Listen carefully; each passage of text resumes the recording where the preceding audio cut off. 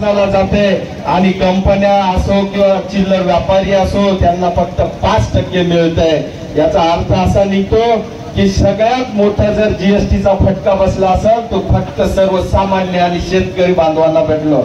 मित्र, या जीएसटी पेक्षा या तो शोले पिक्चर मधला गब्बर टॅक्स बरा, कमीत कमी तो त्या गावात येऊन म्हणायचा, अय सांबा किती बोरिया जमा हुए रे, पण त्या ठिकाणी कोणीतरी एक पाटील येऊन म्हणायचा, साहब ये साल कुछ कम बारिश होने के कारण कम बोरिया हुए।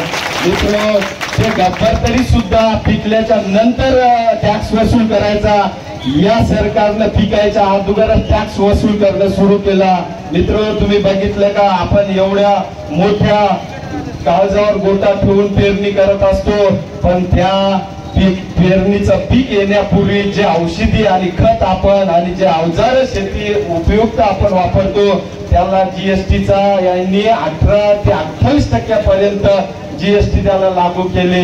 म्हणजे या जीएसटीचं नाव कुठेतरी या शासनानं बदलून टाकायला पाहिजे, त्याला CNST करायला पाहिजे, कारण हा 100% गब्बरचा नातूच असणार आहे या टॅक्स मध्ये, हे काही वेगळं सांगायची गरज नाही।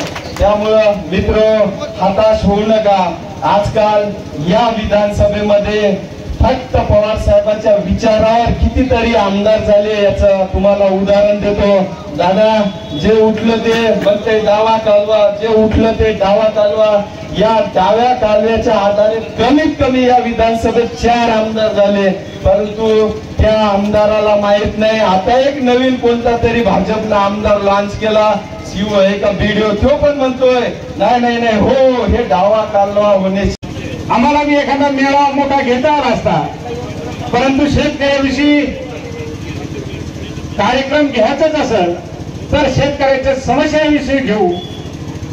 सध्या शेतकरी महबूबभाई आमचा जगणं कष्टाने आमची जमात असल्यामुळे खरं पाहिलं तर आम्ही जगत आहे, नाही तर माझ्या आकलन 98% शेतकरी आत्महत्या केली तर ते चुकीचं ठरणार नाही, परंतु लढणारा हा माझा शेतकरी बांधव सगळ्याच गोष्टीकडून आज संकटात आहे। आज डिझेल महाग झालं, पेट्रोल महाग झालं, हे नुसतं बोलण्यापुरतं नाही, जिथे हे डिझेल ज्या दिवशी महाग झालं त्या दिवशी माझ्या शेतकऱ्याच्या शेतातली नांगरणी व करणे सगळंच महाग झालं। त्याच्यानंतर लागणारा सगळाच खर्च, मग ते खत असं